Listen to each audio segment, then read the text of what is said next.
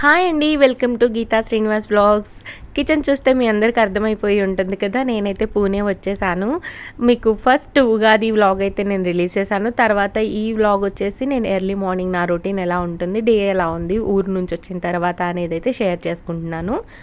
ముందుగా మీరు ఎవరైనా నా ఛానల్ని ఫస్ట్ టైం చూసినట్టయితే ప్లీజ్ సబ్స్క్రైబ్ చేసుకోండి. అలాగే మీకు కనుక నా వీడియోస్ నచ్చినట్టయితే లైక్, షేర్, కామెంట్ చేయడం మాత్రం మర్చిపోవద్దు. ఇక్కడ వచ్చేసి నేను పూణే వెళ్ళే ముందుగా ఒక వ్లాగ్లో చెప్పాను స్టోరేజ్ బాక్సులు కొన్నాను అని చెప్పేసి. కాకపోతే అప్పుడు నేను వీటిని వాష్ చేయడం కానీ ఈ ఏమన్నా ఫిల్ చేయడం కానీ చేయలేదు. ఎలా వచ్చినాయి అలాగే పెట్టేశాను అనమాట. చెక్ చేసుకున్నాను ఒకసారి డ్యామేజ్ ఏమన్నా వచ్చాయా అని చెప్పేసి. నార్మల్ ప్లెయిన్ వాటర్తో అయితే నేను నైటే శుభ్రంగా వాష్ చేసి అయితే ఇక్కడ పెట్టుకున్నాను. అంటే పొద్దున్న లేచేసరికి మంచిగా ఆరిపోతాయి కదా అని చెప్పేసి ఇలా ఒక క్లాత్ పరిచేసి వాటి మీద అయితే డబ్బాలన్నీ పెట్టేసుకున్నానండి. మా వారు కూడా హెల్ప్ చేశారనమాట.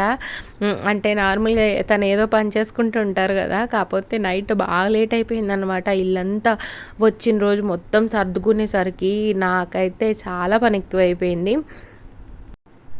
ఇక్కడైతే గుర్తుగా ఉండాలి అని చెప్పేసి అటు పెద్ద డబ్బాల మూతలు, ఇటు వచ్చేసి చిన్న డబ్బాల మూతలు అయితే పెట్టేసుకున్నాము. ఇంకా ఎర్లీ మార్నింగ్ అయితే టీ పెట్టుకున్నాను. పక్కకు వచ్చేసి పాలు కాగాయి అనమాట పాప కోసం. ఇంక ఇవి నైటే వాష్ చేసి పెట్టుకున్నాను బౌల్స్ అన్నీ. తర్వాత టీ తాగేసిన ఒక 1 అవర్ అయితే గ్యాప్ తీసుకుంటాం కదా, గ్యాప్ తీసుకున్న తర్వాత అయితే రాగి జావ కాసుకున్నామండి ఈరోజు బ్రేక్ఫాస్ట్ కింద అయితే. ఇంకా రాగులు నేను చెప్పాను కదా స్ప్రౌటెడ్ రాగి చేసుకుంటానని చెప్పేసి, ఇంకా చేయలేదు. స్ప్రౌటెడ్ రాగి అయితే చెయ్యాలండి. ఇంట్లో ఇదివరకు పిండి ఉంటే నేను ఆ పిండిని అయితే ఇప్పుడు వాడేసుకున్నాను.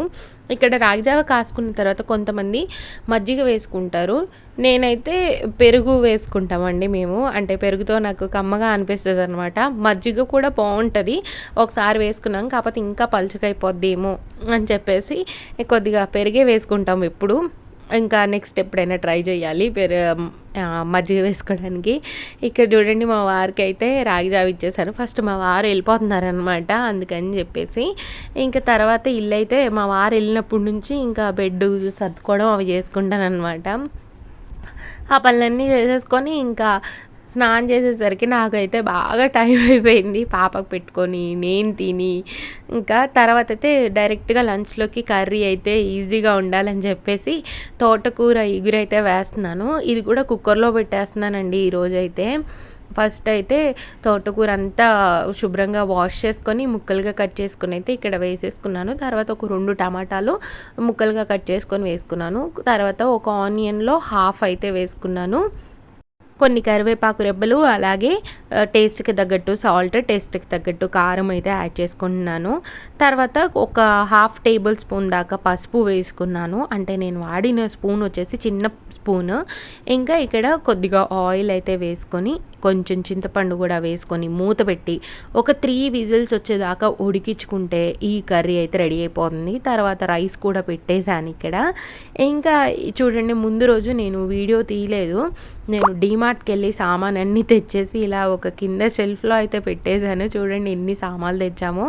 ఇంకా వీటికి మాత్రం 5000 చేంజ్ అయిందండి. నేనైతే డీమార్ట్లోకి వెళ్ళి అంటే అక్కడ ఓపెన్లో పెడతారు కదా, అవేం తీసుకోలేదన్నీ ప్యాకెట్లో ఉన్నవే తీసేసుకున్నానండి. ఇంకా ఇప్పుడైతే బాక్సులు అయితే సర్దేసుకుంటాను. ఇంకా ఆ కర్రీ అయిపోయేలోపు, రైస్ అయిపోయేలోపు టైం ఎందుకు వేస్ట్ అని చెప్పేసి ఇంకా బౌల్స్ అన్నీ కింద పెట్టుకున్నాను.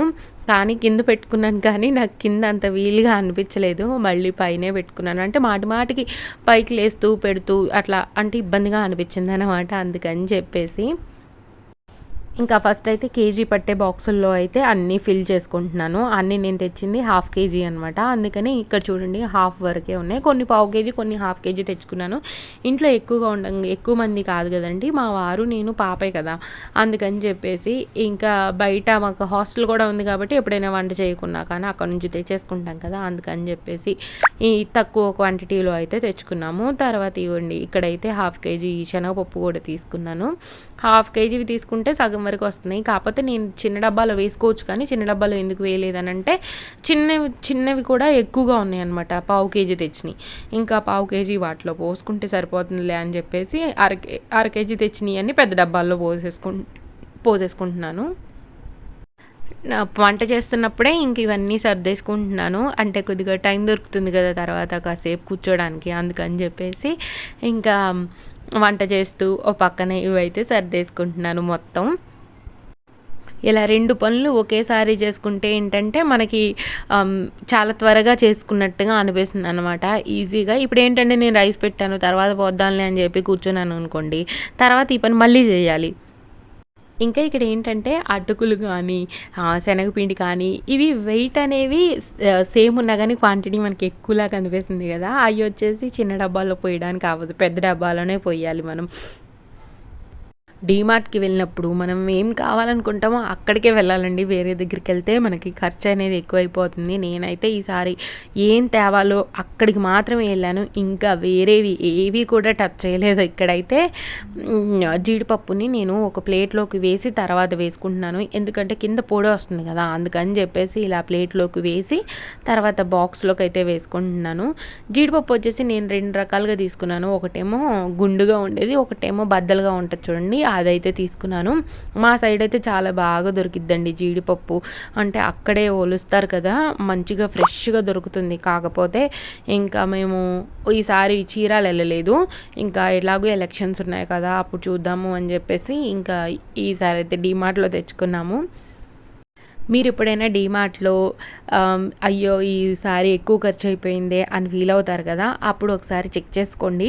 డ్రై ఫ్రూట్స్ కానీ, లేదు అనంటే ఇంట్లోకి ఎలక్ట్రికల్ ఐటమ్స్ ఉంటాయి కదా, లైట్స్ కానీ తీసుకుంటే మనకి ఆ నెల ఖర్చు అయితే ఎక్కువగా అవుతుందనమాట. నాకు తెలీదు ఫస్ట్‌లో ఏంటి ఇంట్లోకి ఇన్ని సామాన్లు వాడుతున్నావా, ఇంత ఖర్చు అవుతుందా అని మా వారంటంటే అవునేమో అనుకునేదాన్ని. తను ఏం చేసేవారనంటే నన్ను సామాన్ల కోసం తీసుకుపోయి హాస్టల్ కోసం లైట్లు వేసేసేవారనమాట. దాంట్లో నాకు ఇంకా బిల్ ఎక్కువ వచ్చేసేదనమాట. తర్వాత ఒకరోజు చెక్ చేసుకున్నాను నేను. ఇంక అప్పటి నుంచి లైట్స్ అవి నేను తీసుకోనివ్వను అనమాట. నేను వెళ్ళినప్పుడు నా కోసమే వెళ్ళాలి అంతే. ఇంక ఇక్కడ చూడండి అన్నీ అయితే మంచిగా సర్దేసుకున్నాను నేను. నాకు బౌల్స్ అక్కడికక్కడ సరిపోయినాయండి. ఇంకా కొన్ని అయితే స్టీల్ డబ్బా వాటిల్లో కూడా పోసేసుకున్నాను నేను. అంటే ఉన్నాయి తీద్దామనంటే తీయడానికి అవ్వలేదండి. సామాన్లు అయితే కరెక్ట్గా అక్కడికక్కడ సరిపోయినాయి నాకు. ఇంకా చూడండి ఇక్కడ మసాలా దినుసులు అయితే ఒక డబ్బాలో పెట్టాను. నా దగ్గర వేరేది ఉంటుందన్నమాట డబ్బా. అది మేము వెళ్ళేటప్పుడు హాస్టల్కి ఇచ్చేసి వెళ్ళాను. అంటే ఇక్కడే ఉంటే పాడైపోతాయిలే, ఇంకా వాడేసేయండి, నేను మళ్ళీ తెచ్చుకుంటాను అని చెప్పేసి ఇచ్చేసాను. ఇంకా అన్నీ అయితే ఒకేసారిగా అన్నీ నింపేసిన తర్వాత అయితే సర్దుకుంటున్నాను. చూడండి డబ్బాలు ఇలా షెల్ఫ్లో పెట్టుకుంటే ఎంత బాగా కనిపిస్తున్నాయో అసలుకి. నాకైతే అంటే దేంట్లో ఏది ఉంది, రేపు ఏం వండాలి అనేది క్లియర్గా తెలుస్తుంది. యాక్చువల్గా ప్లాస్టిక్ వాడద్దు అంటారు కదా, గ్లాస్వి తీసుకోవచ్చు. కాకపోతే ఏంటంటే పాప ఇప్పుడు తనకి ఏ వందితే అవి తీసి లాగేస్తుంది అన్నమాట. కింద పడితే పగిలిపోతాయి, ఎందుకు తర్వాత బాధపడ్డం అని చెప్పేసి ఇంకా నేనైతే ప్లాస్టికే తీసుకున్నాను. కొన్ని డేస్ అయినాక నేను మళ్ళీ చేంజ్ చేస్తాను చూడండి, అప్పుడు గ్లాస్వి ట్రై చేస్తాను. మా వారైతే ఇంకా ఇంట్లో ఉన్న అల్యూమినియము ఇవన్నీ మార్చేసుకో, ఒక్కొక్కటిగా మార్చుకో అని అన్నాడు. నిజమే అండి, అన్నీ ఒకేసారి మారిస్తే మనకి ఖర్చు ఎక్కువైనట్టుగా అనిపిస్తుంది. ఇలా కొన్నిగా మార్చుకుంటే ఏంటి అని అంటే మనకి ఖర్చు అనేది తెలియదు అనమాట. అప్పుడు ఒక ఐటెం ఎప్పుడు ఒక ఐటెం మార్చేసుకోవాలి. ఎప్పుడు కానీ అన్నీ ఒకేసారి మార్చకూడదు. అన్నీ మార్చేస్తే ఖర్చు ఎక్కువైనట్టు అనిపిస్తుంది. ఇంట్లో వాళ్ళు కూడా మనమే చిరాకు తెచ్చుకుంటారనమాట. ఇక్కడైతే చూడండి పెద్దవన్నీ పెట్టేసాను వెనకాల, ఇంకా ఉన్నాయి పెద్దవి ఫస్ట్, తర్వాత చిన్నవి కూడా ముందు పెడుతున్నాను. ఇంకా ఎలా సర్దాలా అనేది చూసుకుంటూ పెట్టుకుంటున్నాను అనమాట. అంటే రోజువారీ ఏంటి మనకి సాల్ట్, కారము, టీ పౌడర్, షుగర్, ఈ 4 అయితే మెయిన్గా యూజ్ అవుతాయి కదా. అందుకని చెప్పేసి ఇప్పుడు ఇక్కడ 4 పెట్టాను కదా, ఆ 4 ప్లేస్లో అవి పెట్టుకున్నాను అనమాట. తర్వాత ఇంకా ఇప్పుడు కర్రీ తాలింపు వేసుకుంటున్నాను. కర్రీ చూపిస్తాను రండి. ఇక్కడ వచ్చేసి కర్రీ మంచిగా ఉడికిపోయింది. ఇదైతే ఫస్ట్ టైం చేశాను. ఇప్పుడు మా అత్తయ్య చేస్తుంటే చూస్తూ ఉండేదాన్ని అనమాట. మా అత్తయ్య వస్తే మా అత్తయ్య ఈ కర్రీస్ వండడం అయితే మా అత్తయ్య చేస్తారు ఎక్కువగా. ఇంకా ఇక్కడ చూడండి పప్పు గుత్తి పెట్టేసి మెత్తగా మెదిపేసుకుంటున్నాను. చాలా మెత్తగా అయిపోద్దండి మంచిగా కలుపుకుంటే. మాకు ఈ కర్రీ అయితే ఒకటే పూటకు వచ్చింది, రెండో పూటకు రాలేదు. మా వారికి కూడా బాగా నచ్చిందనమాట. సేమ్ ఇలాగే సొరకాయ గూడా మా అత్తయ్య చేస్తారండి. దాన్ని ఏదో అనిందండి. సొరకాయ బజ్జీ కర్రీ అంటారంట దాన్ని. అదైతే భలే ఉంటది టేస్ట్. నాకు బాగా ఇష్టం. కాపోతే మా వారు తినరు. అందుకే వండట్లేదు. అది కూడా చాలా టేస్టీగా ఉంటది. అంటే అన్నంలో కలుపుకుంటే భలేగుంటదండి. మా వారు అసలు సొరకాయ అంటేనే ముందు ఆ రోజు అన్నం తినకుండా ఉండడానికని చూస్తారనమాట. పప్పుచారులో వేస్తే అయితే తింటారు. నేను చాలా వీడియోస్‌లో చెప్పాను కదా! తను పప్పుచారులో అయితే సొరకాయ తింటారు కానీ విడిగా తినరు. ఇంకిలా మంచిగా కలిపేసుకున్న తర్వాత మనం ఇంతకుముందు ఉప్పు, కారం వేసుకున్నాం కదా! సరిపోయిందా లేదా ఒకసారి చెక్ చేసుకుంటే ఇప్పుడు సరిపోకపోతే కొద్దిగా యాడ్ చేసుకోవచ్చు మనం. చిన్నప్పటి నుంచి నేను ఈ తోటకూర కర్రీని ఎక్కువ శాతం అయితే ఫ్రైలాగా తిన్నాను. ఎప్పుడైనా ఒకసారి మా మమ్మీ ఇగురు కర్రీలాగా చేసేవారనమాట. ఇక్కడైతే తాలింపు పెట్టుకోవడం కోసం కడాయి పెట్టుకొని అందులో ఆయిల్ వేసేసుకొని కొంచెం ఆవాలు, కొద్దిగా జీలకర్ర మంచిగా చిటపటలాడిన తర్వాత నేనైతే ఇక్కడ పచ్చిమిర్చి, అలాగే కొద్దిగా కరివేపాకు, కొన్ని వెల్లుల్లి రెబ్బలు, అలాగే కట్ చేసి పెట్టుకున్న ఆనియన్ వేసైతే మంచిగా ఫ్రై చేసేసుకున్నాను. వెల్లుల్లి రెబ్బలు వేసుకుంటే ఈ కర్రీలో అయితే చాలా బాగుంటుంది. అలాగే వెల్లుల్లి తింటే మన హెల్త్కి కూడా చాలా మంచిది కదా! మీరు నా వీడియోస్ అన్నీ చూస్తూ ఉంటే మీకు తెలుస్తుంది. నేనైతే వెల్లుల్లి రెబ్బలు అయితే ఎక్కువగా వాడుతుంటాను. అందరూ స్టెయిన్‌లెస్ స్టీల్ కానీ, లేపోతే ఇత్తడి పాత్రలు కానీ వాడండి అని చెప్తున్నారు కదా! అయితే నాకు ఈ కడాయిలయితే చాలా బరువుగా అనిపిచ్చాయండి. మాయైతే చాలా వెయిట్ హెవీగా ఉన్నాయి. నేను కడాయిలయితే మార్చేశాను. ఎందుకంటే నావి బాగా పల్చగా ఉండి నొక్కులు పడిపోయినాయి అన్నమాట అల్యూమినియంవి. సరేలే ఎలాగూ వాడొద్దు అంటున్నారు కదా అని చెప్పేసి ఇంకా అవి ఇచ్చేసి మళ్ళీ ఇవి 2 అయితే తెచ్చుకున్నాను. ఒకటేమో నేను రెగ్యులర్‌గా వాడతాను. ఇదొచ్చేసి కొంచెం చిన్నది అందులో. ఇంకా ఈ ఆనియన్స్ మంచిగా గోల్డెన్ కలర్ వచ్చేదాకా అయితే ఫ్రై చేసుకొని మనం మెదిపెట్టుకున్నాం కదా తోటకూరని ఇందులో వేసి తాలింపు వేసేసుకోవడమే. అంటే కర్రీ అయితే చాలా అంటే చాలా టేస్టీగా వచ్చిందండి అసలుకి. ఇంత కర్రీ మా వారు, నేను, పాప కలిసి ఒక పూటలో అవగొట్టేసామండి. అంటే పాపకు కూడా నేను కొంచెం కర్రీ ఎక్కువగానే పెడతాను. అలాగే మా వారైతే ఫస్ట్ నుంచి కర్రీ ఎక్కువగా తింటారు. తర్వాత నేనైతే ఇంకా డైట్ చేసినప్పటి నుంచి అంటే ఒక మాదిరిగా తినేదాన్ని. డైట్ చేసినప్పటి నుంచి రైస్ కొంచెమే పెట్టుకొని కర్రీ రైస్‌కి తగ్గట్టుగా పెట్టుకొని తినడం అలా చేస్తున్నాననమాట. ఇంకా అది అలవాటయిపోయింది. హోప్ మీకు ఈ వీడియో నచ్చింది అనుకుంటున్నాను. నచ్చినట్టయితే లైక్, షేర్, కామెంట్ చేయడం మాత్రం మర్చిపోవద్దు. అలాగే మీరు కనుక నా ఛానల్ ఫస్ట్ టైం చూసినట్టయితే ప్లీజ్ సబ్స్క్రైబ్ చేసుకోండి. Thank you so much for watching this full video. Bye.